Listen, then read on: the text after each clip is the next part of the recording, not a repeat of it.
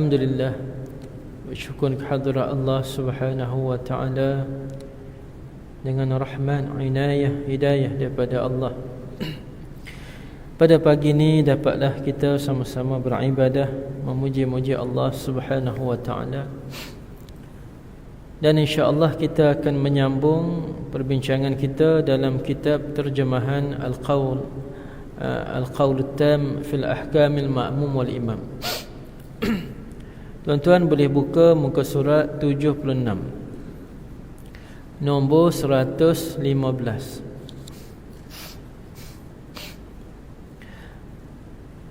Kata muallif pada masalah 115, seorang sembahyang 4 rakaat, tiba-tiba ia bangun rakaat yang kelima, tidaklah batal sembahyangnya. Jika mengerjakan seorang sembahyang 4 rakaat, maka tiba-tiba ia bangun ke rakaat yang kelima, maka tidaklah batal sembahyangnya, dan sekalipun banyak perbuatan yang lebih itu, kerana jika yang lebih itu daripada jenis perbuatan sembahyang, maka tidaklah batal sembahyang itu. Kemudian jika ia teringat semasa ia sedang qiyam, batal sembahyang itu. Kemudian jika ia teringat semasa ia sedang qiyam atau rukuk atau sujud bahawa telah melakukan rakaat yang lebih itu, maka wajiblah bahawa ia duduk dan kenalah sujud sahwi. Dan jika teringat ia selepas duduk padanya, yakni pada rakaat yang kelima, maka hendaklah ia sujud sahwi dan memberi salam, sama ada ia sudah membaca tasyahud atau tidaknya. Dia bagi persoalan pula. Kemudian hendaklah kita tilik lagi, iaitu jika ia teringat lepas ia membaca tasyahud pada rakaat yang kelima, maka tidaklah perlu ia mengulangi bacaannya lagi. Dan jika ia teringat belum membacanya, maka ditilik pula jika ia belum membacanya pada rakaat yang keempat, maka wajiblah ia membacanya. Dan jika ia sudah membaca tasyahud padanya, yakni pada rakaat yang keempat, dan ia mengetahui tasyahud itu adalah tasyahud akhir, maka mengikut qaul, yakni pendapat yang asah, tidaklah wajib mengulangi membacanya nya tasyahud tu lagi. Dan mengikut pendapat Ibnu Suraih, wajib mengulangi membacanya kerana memelihara muwalat. Muwalat ni berturutan di antara tasyahud dan salam. Oleh sebab tasyahud rakaat yang keempat telah terputus dengan rakaat yang kelima. Boleh faham tak?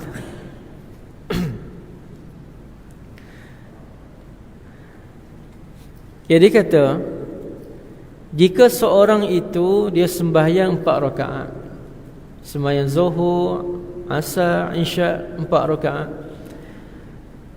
maka pertama sekali, kalau dia ni bangun kepada rakaat yang kelima, dari sudut, bukan dari sudut rakaat lagi, dari sudut perbuatan dulu. Bila dia bangun untuk rakaat yang kelima, banyakkan bergerak tu. Nak tukar, nak tekan, lepas tu bangun rakaat kelima, berdiri. Banyak pergerakan. Tapi pergerakan itu adalah pergerakan ataupun perbuatan sembahyang. Maka banyak pergerakan itu tidaklah membatalkan solat. Seperti mana kita katakanlah seorang itu dia tubuh dia agak besar contohnya, agak gemuk sikit. Jadi bila dia nak bangun daripada sujud tu, nak berdiri, nak qiyam, maka dia perlu bertungkak. Dia perlu tekan gitu, kita nampak banyak pergerakan dia.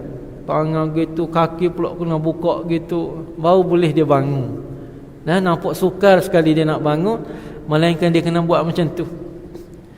Maka perbuatan dia tu adalah perbuatan sembahyang, sebab dia nak bangun untuk sembahyang, untuk qiyam dalam sembahyang dia. Walaupun nampak banyak pergerakan, itu tidak mengapa, melainkan perbuatan yang tidak melibatkan sembahyang, seperti garu gatal kita ke, pukul nyamuk ke, itu tidak melibatkan sembahyang. Kalau melibatkan sembahyang, itu tidak mengapa. Jadi yang ini bangun rakaat yang kelima, maka perbuatan bangun itu walaupun banyak banyak pergerakan dia, maka tidaklah membatalkan sembahyang dengan sebab banyaknya pergerakan. Yang kedua, tidak batal sembahyangnya kerana lupa dia. Dia bangun tu kerana lupa. Kalau dia bangun kerana sengaja, maka hukum dia batal. Tapi bangun kerana lupa, maka tidak batallah sembahyang dia. Kemudian jika ia teringat, dah lupa teringat balik, teringat semasa qiyam, semasa ia sedang qiyam batal sembahyang itu, dia ingat, dia duk ingat ke dalam sembahyang dia itu batal, sebenarnya sembahyang itu tidak batal. Kemudian jika ia teringat semasa ia sedang qiyam atau rukuk atau sujud bahawa ia telah melakukan yang lebih itu, dia berdiri dah siap baca Fatihah apa dah, dia rukuk, dia i'tidal, mungkin dalam i'tidal tu dia tengok, ni rakaat kelima dah ni, baru teringat masa tu. Biasanya orang teringat masa bangun rakaat kelima tu, ni 5 dah ni, dia turun semula. Ni dia lepas dia baca Fatihah dah, rukuk dah, baru dia teringat bahawa dia berada pada rakaat yang kelima, terlebih dah. Maka wajiblah ia duduk. Wajiblah ia duduk. Tengah rukuk rakaat kelima, teringat masa tu, duduk tu. Bukannya nak i'tidal, nak sujud, duduk antara dua sujud, sujud pula baru duduk tahiyat, tidak. Teringat masa rukuk, terus duduk tahiyat. Teringat masa i'tidal, terus duduk tahiyat. Teringat masa duduk tu tak payahlah. Nah, tengah duduk antara dua sujud teringat, tu memang kena duduklah. Teringat masa sujud, segera bangun, duduk tahiyat akhir. Jangan duduk antara dua sujud pula tak perlu dah. Ada orang dia berpandangan, sebab ada orang tanya saya pun tak tahu, ada orang berpandangan begitu.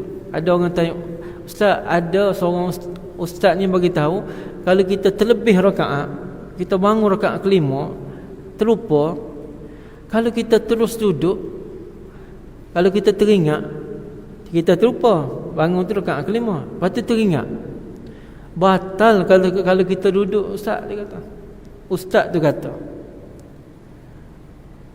kita kena buat macam mana? Kena baca, dah bangun dah tu, kena baca Fatihah, kena rukuk, kena i'tidal, kena sujud. Tu dah kira tambah dah tu, tambah rakaat dah tu. Kita ni bila salah kembali ke pangkal, di mana salahnya? Bukannya bila salah tu kita pun buat rakaat tu, bukan. Sebab tu disebut di sini bahawa teringat masa Fatihah, masa bangun, duduk terus. Teringat masa rukuk, duduk terus. Teringat masa i'tidal, duduk terus. Jangan kita nak habiskan rakaat tu, sebab kita tahu rakaat itu sudah lebih dah. Dan kena sujud sahwi. Sujud sahwi sebab terlupa rakaat. Ni kita dok belajar, mungkin masa kita budak-budak dulu kan, kita belajar sujud sahwi ni apa? Bila sujud sahwi ni masa tinggal doa kunut, tinggal tahiyat awal. Tu dua tu dah. Sujud sahwi ni ada banyak lagi. Kita boleh sujud sahwi, iaitu ketika kita waswas. Dua ketiga kita pun ambil 2 sujud sahwi, sunat sujud sahwi. Terlebih rakaat, bangun rakaat kelima, teringat balik, duduk untuk baca tahiyat, sujud sahwi. Sebab itu tuan-tuan, bila berlaku katakanlah seorang imam ni, kita ikut dia, Fatihah baca elok, surah baca, tahiyat pun baca, kalau sembahyang subuh kunut pun baca. Dah? Tapi bila nak bagi salam, dia sujud sahwi. Kita pelik imam ni sujud sahwi kenapa? Kenapa sujud sahwi ni? Nak tanya tak boleh. Dalam sembahyang nak tanya tak boleh. Imam sujud sahwi kenapa? Tak boleh nak tanya. Habis tu kita nak buat macam mana? Ikut je. Tanyanya lepas sembahyang nanti tanya. Sebab kemungkinan sujud sahwi dia tu kerana imam tu duduk waswah dalam diri dia 3 ke 4 rakaat, dia pun ambil 3. Kebetulan hak 3 tu hak betul. Dan makmum pun tak tegur.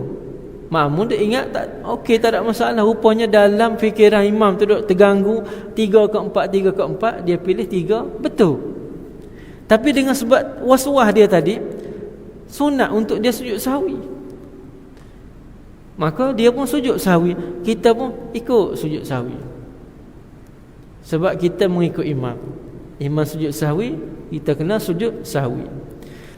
Maknanya sujud sahwi itu bukan kerana tinggal tahiyat awal dengan doa kunut saja.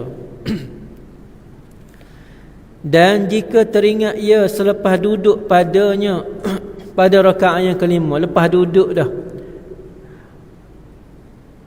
bangun rakaat kelima, baca Fatihah, rukuk, i'tidal, sujud, duduk antara 2 sujud, sujud yang kedua, duduk tahiyat dah, baru teringat hak duduk ni rakaat kelima, terlebih dah, nak ganti macam mana?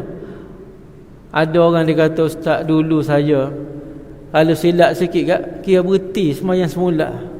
Hak tu mudah lah. Ada kita tak belajar, silap sikit, sembahyang semula, berhenti. Sedangkan berhenti tu hukum dia haram. Kalau salah, rasa salah, berhenti sembahyang semula, tak payah belajar kitab ni. Salah-salah apa, imam pun silap bangun rakaat kelima, berhenti, jemaah-jemaah kita sembahyang semula. Sembahyang semula. Dah? Ada silap sikit, sembahyang semula. Kalau sembahyang semula begitu, tak payah belajar kita.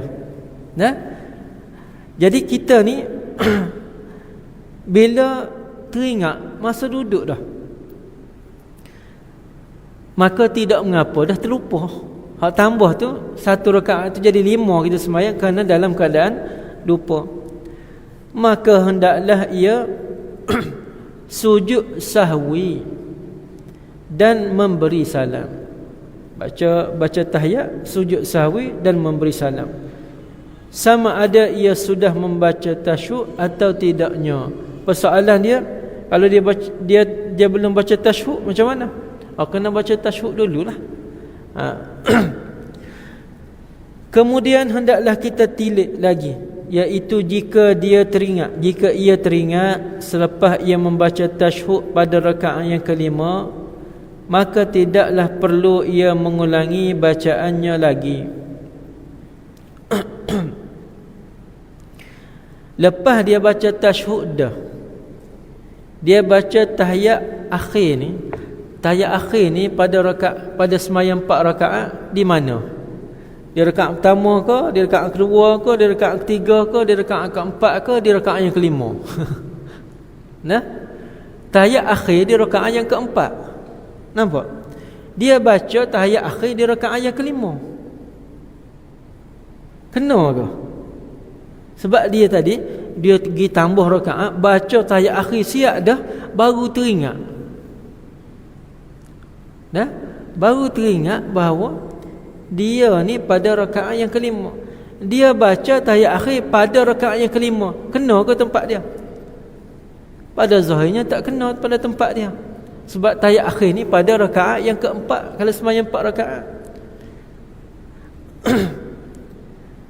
maka tidaklah perlu ia mengulangi bacaannya lagi.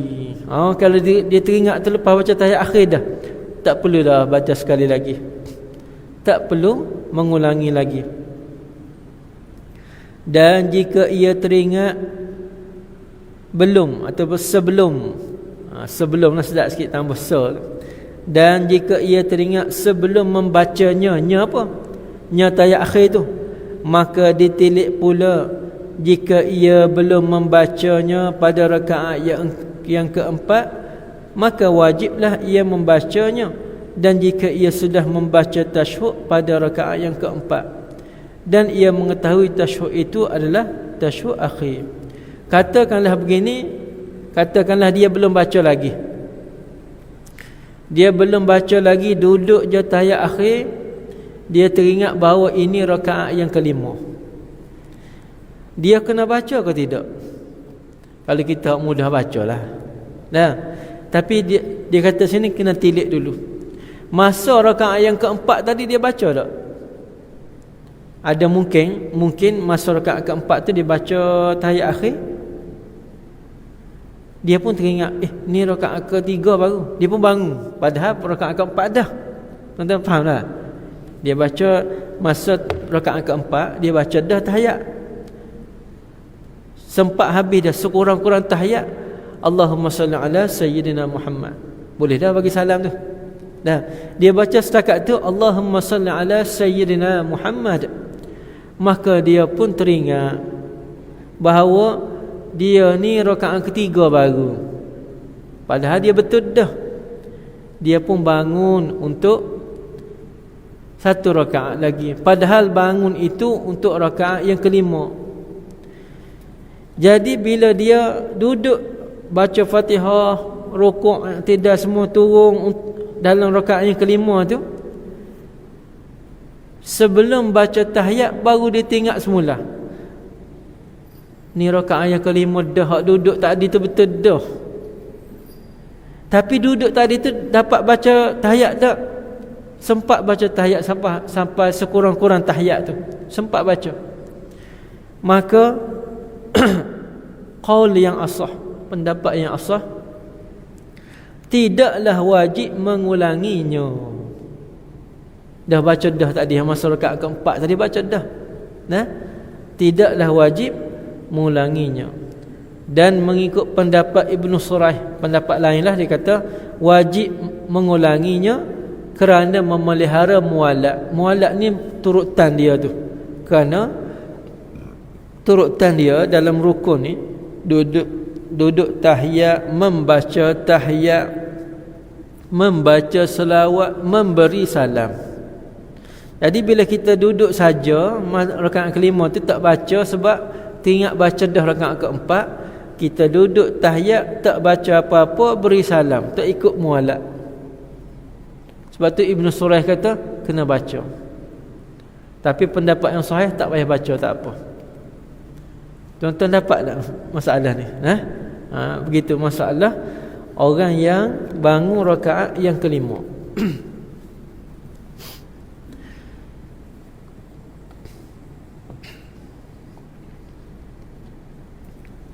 Habis itu. Ada soalan? Setakat tu ada soalan tak? Ada soalan? Tak ada? Okey, kita tengok seterusnya.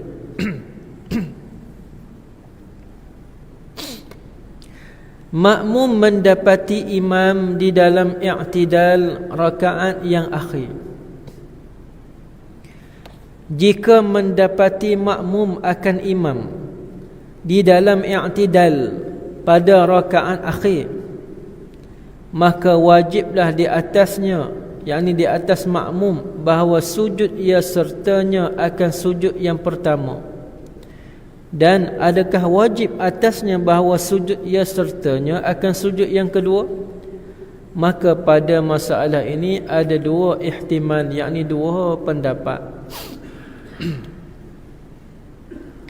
Kita datang-datang tu, imam sedang i'tidal, kita pun takbir Allahu Akbar, kita tak perlu rukuk dah tu.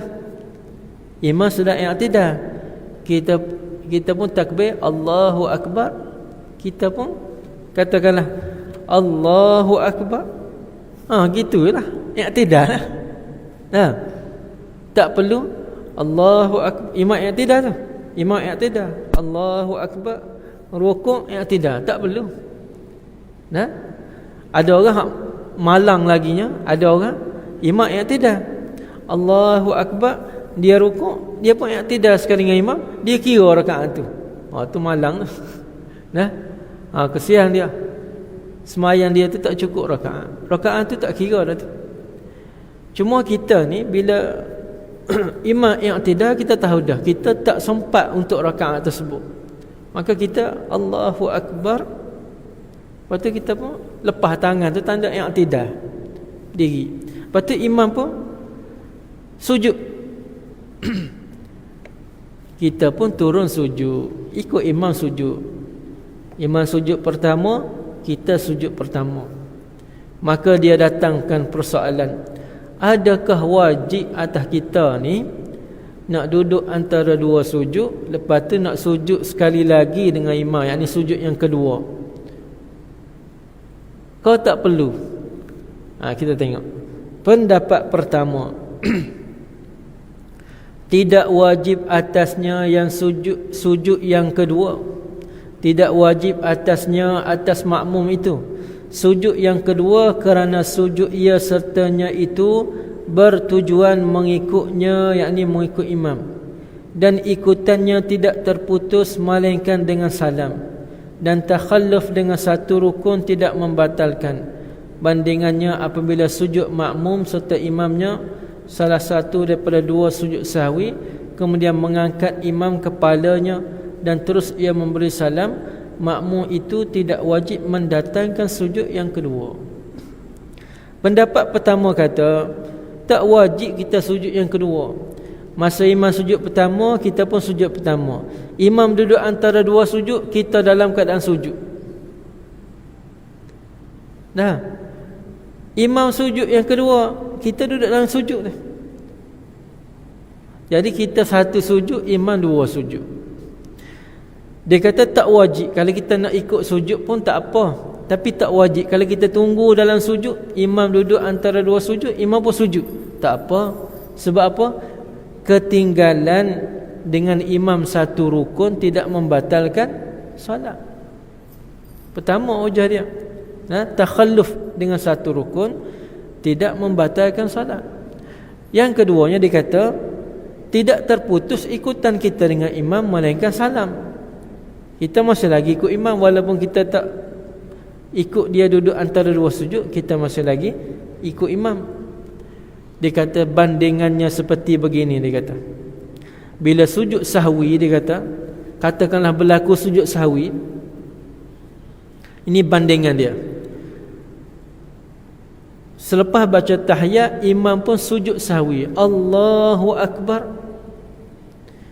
Kita ni mungkin tengah baca tahiyat lagi, baru fil alamin innaka hamidum majid, kita pun baru sujud Allahu Akbar, imam pun Allahu Akbar, nak duduk antara dua sujud untuk sujud sahwi tu. Kita tengah sujud, imam pun sujud Allahu Akbar, sujud yang kedua. Kita duduk antara dua sujud, tak dan nak sujud yang kedua, imam pun angkat kepala daripada sujud yang kedua dia. Kita tak perlu lagi sujud sekali je sekali. Bandingan dia begitu. Maka tidak mengapalah kalau kita sujud tadi, sujud ikut imam. Hak masa kita dapat yang i'tidal tu, kita sujud ikut imam untuk tanda kita mengikut imam. Jadi maknanya kita tak ikut dia duduk antara dua sujud, tak ikut dia sujud pun tidak mengapa. Nampak bandingan dia kata macam sujud sahwi, kita sempat sujud sekali je, imam angkat kepala dah, maka tak perlu lagi kita sujud yang kedua. Pendapat yang kedua, dia kata wajib bagi makmum sujud yang kedua. Ada kata tak wajib, yang kedua kata wajib. Wajib bagi makmum sujud yang kedua serta imamnya, dan jika ia tidak sujud, batallah sembahyangnya kerana memanjangkan rukun yang pendek. iaitu duduk di antara dua sujud untuk menunggunya bagi salam imamnya. Dan inilah pendapat yang mu'tamad, kerana wajib atasnya muafakat dengan imam pada duduk bagi tasyahud, sekalipun tidak wajib atasnya membaca tasyahud serta imam. Dan apabila menunggu ia hingga memberi salam, maka sesungguhnya telah mendahului akan imamnya dengan 3 rukun. Dengan ketiadaan sebab, maka batalah sembahyangnya. Wallahu a'lam. Pendapat kedua ni lah pendapat yang mu'tamad. Kita pakai ni. Kita pakai pendapat kedua ni. Apa dia? Pendapat kedua ni kata wajib bagi makmum sujud yang kedua serta imamnya. Kalau kita mendapati imam masa i'tidal, kita takbir, imam sedang i'tidal, kita pun ikut i'tidal. Imam sujud, kita pun turun sujud. Imam duduk antara dua sujud, kita duduk antara dua sujud. Imam sujud yang kedua, kita sujud yang kedua. Kalau kita tak sujud yang kedua, kita duduk je, bukan tunggu dalam sujud, kita duduk. Duduk antara dua sujud. Imam sujud yang kedua, kita tak sujud. Lepas tu imam bangun tahiyat ke contohnya. Imam bangun untuk tahiyat, baru sama dengan kita lah. Jadi makna dia kata kita duduk antara dua sujud tu, duduk antara dua sujud adalah rukun yang pendek. Ada 2 rukun pendek, iaitu i'tidal dan duduk antara dua sujud. Jadi kalau kita menunggu imam sujud yang kedua sedangkan kita tak sujud, maknanya kita memanjangkan rukun yang pendek, maka batallah sembahyang kita. Dia kata batallah sembahyang. Inilah pendapat yang mu'tamad, kerana wajib atas kita ni muwafaqah pada imam bagi pada duduk bagi tasyahud.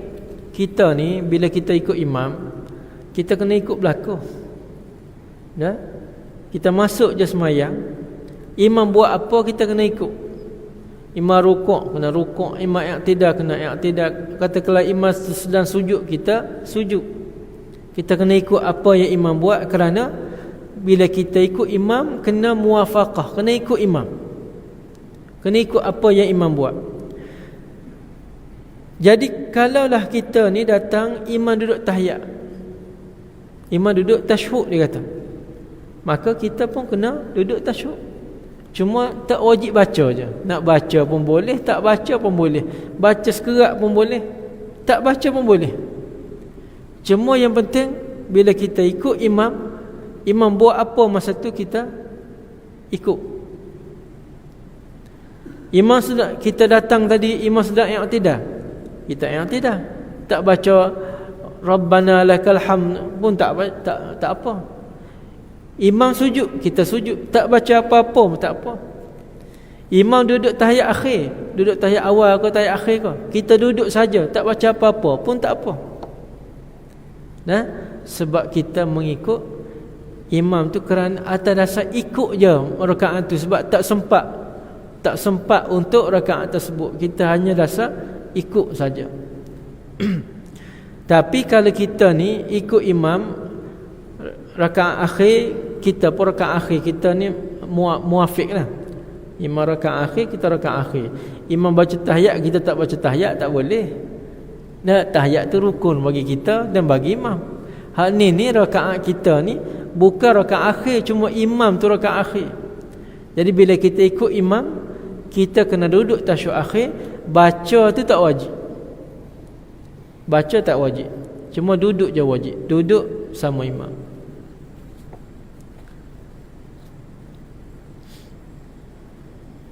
Dan apabila menunggu ia hingga memberi salam, maka sesungguhnya telah mendahului akan imamnya dengan 3 rukun dengan ketiadaan sebab, maka batallah sembahyangnya. Kalau dia terus duduk, katakanlah dia kata bila dia dapat imam pada i'tidal, imam i'tidal, dia i'tidal, imam sedang i'tidal, dia takbiratul ihram dan dia i'tidal. Okey, imam sujud, dia pun sujud. Imam duduk antara dua sujud, dia pun duduk antara dua sujud. Imam sujud yang kedua, dia tak sujud. Katakanlah begitu. Imam sujud yang kedua, dia tak sujud. Imam duduk tahiyat, dia duduk tahiyat, duduk saja ya. Ya. Imam baca tahiyat, dia tak baca tahiyat.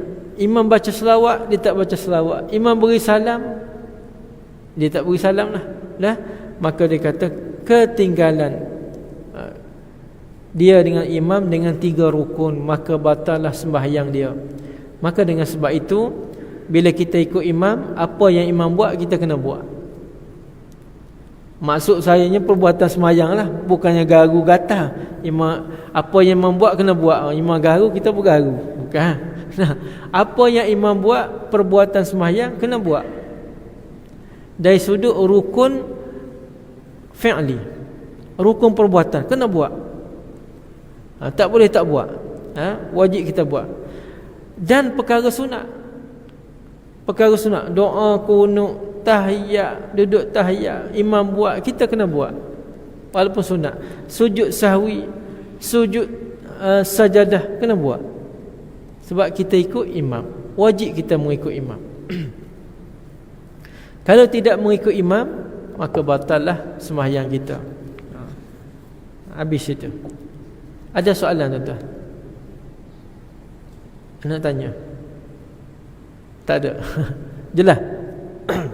Mudah-mudahan jelas lah.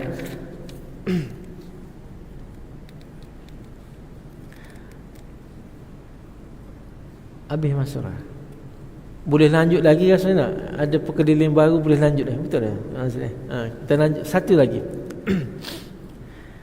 Hukum seseorang turun sujud tilawah kemudian dijadikan rukuk. Jika seseorang yang bersembahyang ia turun dengan qasad hendak sujud tilawah, kemudian dijadikan rukuk, maka tidak memadainya, melainkan jika ia jadi makmum dan turun ia untuk sujud tilawah serta imamnya, maka imam itu tidak sujud, bahkan ia berhenti rukuk, dan bolehlah dikira memadai baginya, yakni bagi makmum, rukuk itu. Dia kata begini, nombor 117 ni tentang orang yang sujud tilawah. Ya, pagi Jumaat tu baca ayat sejadah, kebetulannya berhenti situ, berhenti tu tempat tu dah, tempat sujud dah, tapi imam ni Allahu Akbar, imam pergi rukuk, tak sujud. Mungkin berlaku ni tuan-tuan. Baca ayat sejadah, imam Allahu Akbar, rukuk. Kita ni makmum nak turun Allahu Akbar, nak turun tu kita niat apa? Kita niat nak sujud tilawah, nak sujud sajadah. Jadi bila nak turun tu imam berhenti, break di rukuk, kita pun dengan niat nak sujud tilawah, break kita di rukuk, berhenti kita di rukuk. Niat kita nak turun tadi, nak turun sujud tilawah. Tapi sebab imam berhenti di rukuk tu, kita pun berhenti di rukuk. Memadai ke? Dia kata, memadai ke rukuk tu? Sebab turunnya bukan nak rukuk. Dia kata kalau kita ni bukan makmum, kita ni imam, tidak memadai. Ataupun kita semai seorang diri, kita niat nak sujud tilawah, kita pun jadikan dia rukuk. Baca tu Allah, asal nak sujud tilawah, berhenti di rukuk, Allahu Akbar, jadi rukuk. Malah nak sujud tilawah, mari malah ke apa kan, dia pun rukuk. Tidak memadai, kena berdiri semula baru rukuk, sebab turun tadi untuk sujud tilawah. Tapi kalau kita makmum, tak apa, sebab kita terpaksa ikut imam. Kita sangka imam ni nak sujud tilawah, imam berhenti di rukuk, kita pun berhenti di rukuk.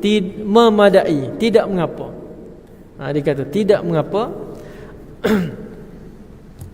Dan demikian juga turun seseorang dalam keadaan jahil dengan qasad imam tidak mengetahui ia apakah tujuan turun imam itu, kerana sujud tilawah ataupun kerana rukuk, maka rukuk ia sertanya.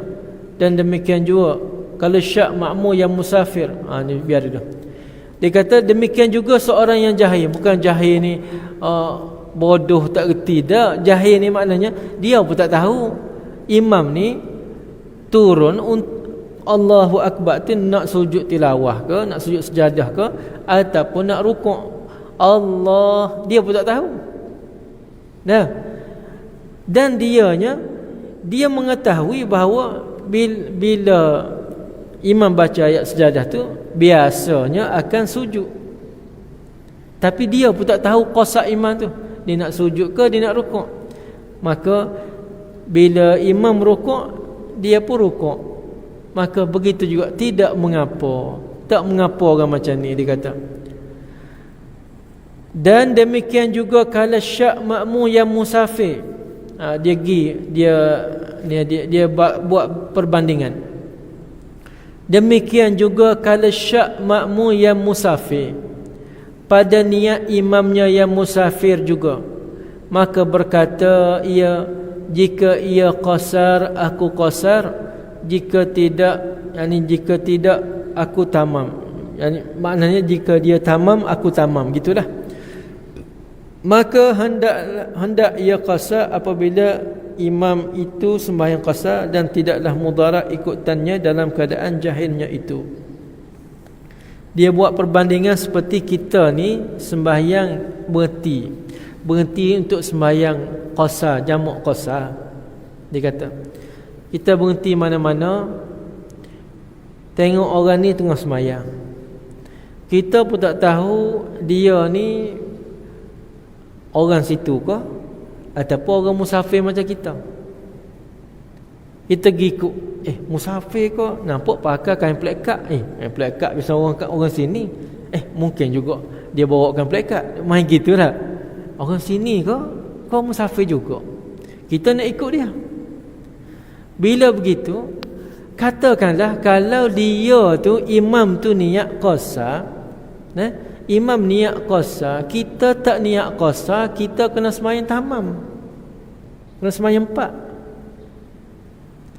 Imam niat qasar, kita tak niat qasar, kita kena sembahyang 4, tuan-tuan. Imam sembahyang 2, kita sembahyang 4, sebab kita tak niat qasar. Katakanlah imam niat tamam, kita niat qasar, kita kena sembahyang 4 juga. Rugi adik kita. Kita niat qasar, imam sembahyang tamam, kita kena sembahyang tamam juga. Hak bolehnya imam niat qasar, kita pun niat qasar, baru dua-dua boleh qasar. Imam qasar, kita pun qasar. Sekarang ni kalau kita tak niat qasar, imam niat qasar, rugi kita. Imam buat 2, kita buat 4. Jadi sekarang ni tak tahu imam niat apa, qasar ke tamam. Nak tanya tak boleh, imam sedang sembahyang dah. Kita pun niat macam ni. Saja aku solat fardu zuhur. Kalau jamak takdim dah. Jamak takdim. Qasar jika imam qasar, tamam jika imam tamam.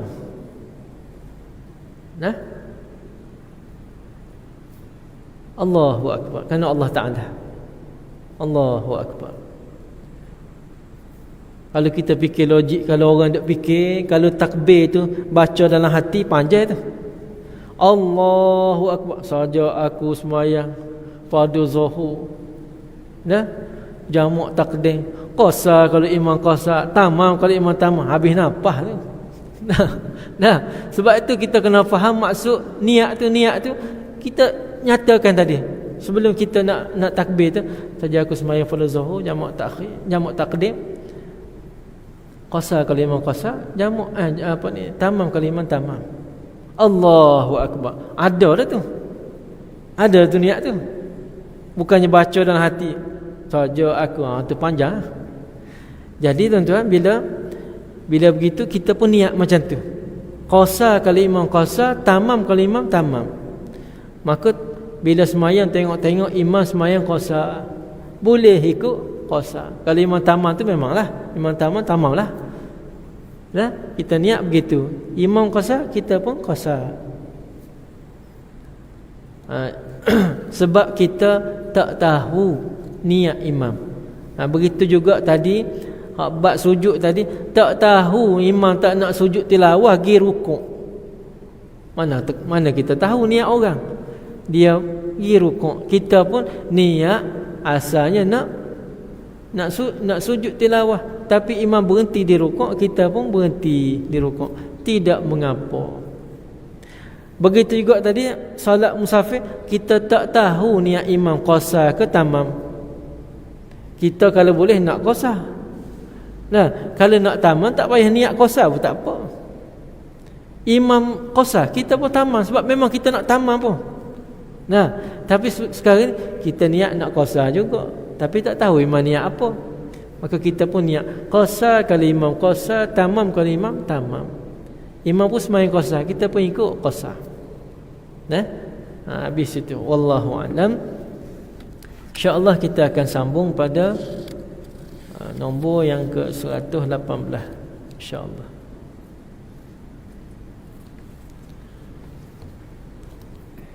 Wallahu a'lam. Bismillahirrahmanirrahim. Alhamdulillahirabbil alamin. Allahumma salli ala sayyidina Muhammad wa ala ali sayyidina Muhammad.